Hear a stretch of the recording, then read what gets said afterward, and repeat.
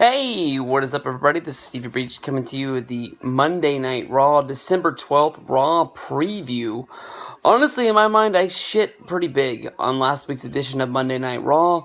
I can honestly sit here and tell you that I honestly don't remember much of anything that happened on Raw last week other than New Day escaping with their tag team championships, which builds up to the main event of Monday Night Raw this week, which is going to be the New Day having a triple threat against the Club and Cesaro and Sheamus. Honestly, in my mind, everybody knows that the New Day is either going to cheat to win this match or they're going to escape with some sort of a count-out disqualification victory.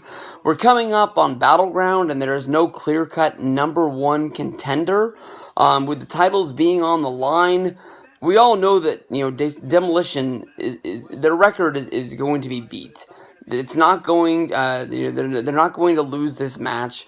They have to win this match. So something out of this has to set up Battleground. Either this being just a straight up rematch with all three teams going at it in there, or basically somehow one of these teams being cheated out of a victory, setting up a rematch.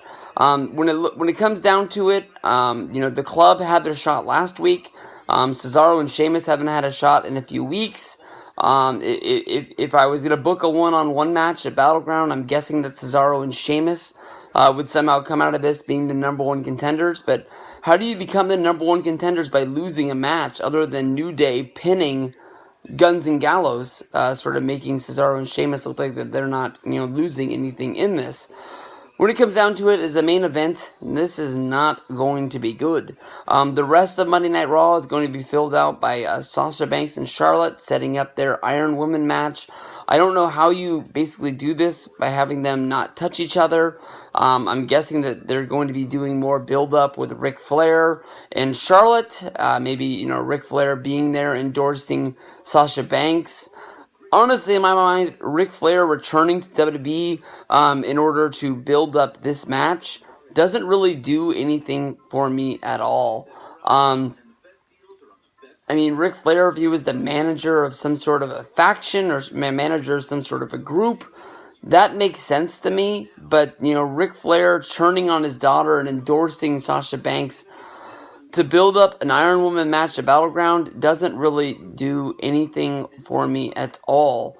We were being tempted with this is the end of Chris Jericho and Kevin Owens' friendship. Last week, it was Kevin Owens who cost Chris Jericho a victory, and not only a victory, but a United States Championship win against Roman Reigns. That being, this is just a one too many wrenches in the friendship between Chris Jericho and Kevin Owens. This is being built up as the end-all, be-all of the best friends group. Honestly, they have to find some way to sort of save this and keep these guys together. Maybe, there is no way for Chris Jericho to return the favor and cost Kevin Owens, because there's no way in the world that Roman Reigns will be beating Kevin Owens for the championship. Maybe someday Roman Reigns becomes champion again. Maybe he wins the Rumble and wins WrestleMania, and they replay WrestleMania 32 at WrestleMania 33. But there's no way that he's going to be getting a new championship reign, and they're going to have it happen at Roadblock, end of the line. It's pretty safe to say that maybe Roman Reigns wins the match, but there's no way that he is walking out with the championship come Sunday. So we'll see what goes on from there.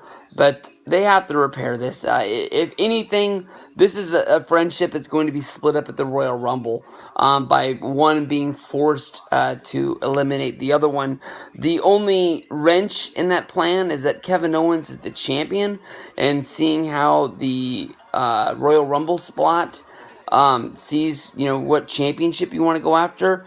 Maybe Kevin Owens isn't even in the Rumble unless they have him lose his championship match and somehow is granted a spot in the Rumble and basically does double duty on the show, which I don't think anyone has ever done before. But Hell, I mean, Edge was eliminated from an Elimination Chamber match and then came out later on the same pay-per-view and entered himself into the next Elimination Chamber match that was on the show. So anything can happen in WWE if the writers think that's what they're going to do.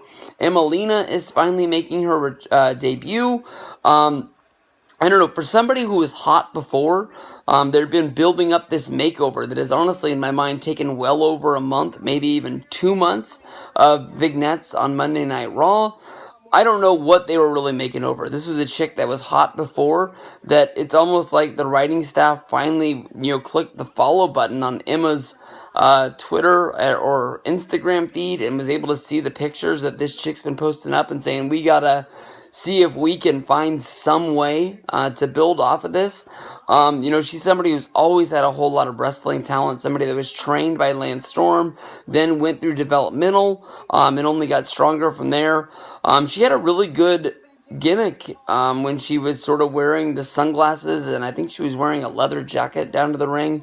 She really looked like a badass, and I'm hoping that maybe she gets teamed up with Dana Brooke again. But I don't know if she's a heel, which I think the hot chick always has to be.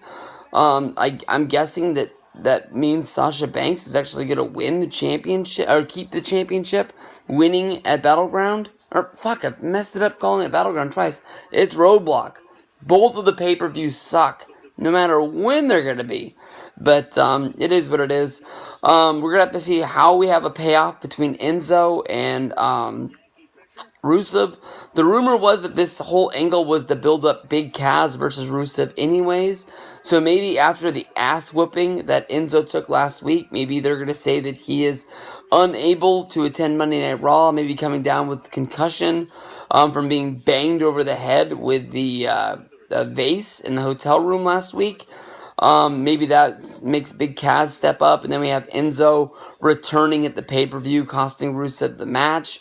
But I don't know if WWE wants to be messing around with a fake concussion angle with Monday Night Raw. So we'll have to see. The big build-up for Sami Zayn is that he's been pressuring Mick Foley to get a championship shot. I apologize. The game's about to start, so I was paying attention to that at the same time I was talking to you guys.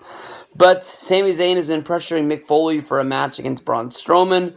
Mick Foley's been trying to save Sami Zayn, basically saying that Braun Strowman is a monster and he can't go out there and get this done. I think Sami is shown Mick Foley that he is more than capable of knowing what he is asking for. If Mick Foley's not going to give Sami Zayn this match, you might as well just ask him to lose weight and enter himself into the Cruiserweight 205 show and just not even have him on Monday Night Raw. Seeing how Sami Zayn looks like he's going to be the ultimate underdog of Monday Night Raw, they have to give him this match. But I think that honestly he's going to lose, and the word on the street is that Braun Strowman will be sacrificed in the hand of the Big Show to set up the Shaquille O'Neal versus Big Show match at WrestleMania 33. That is your 5-point preview for Monday Night Raw on the Road to Roadblock, which will be coming up on Sunday. Let me know what you guys think about it, and we'll talk a little bit more about the Emelina debut as well as the New Day match in just a minute.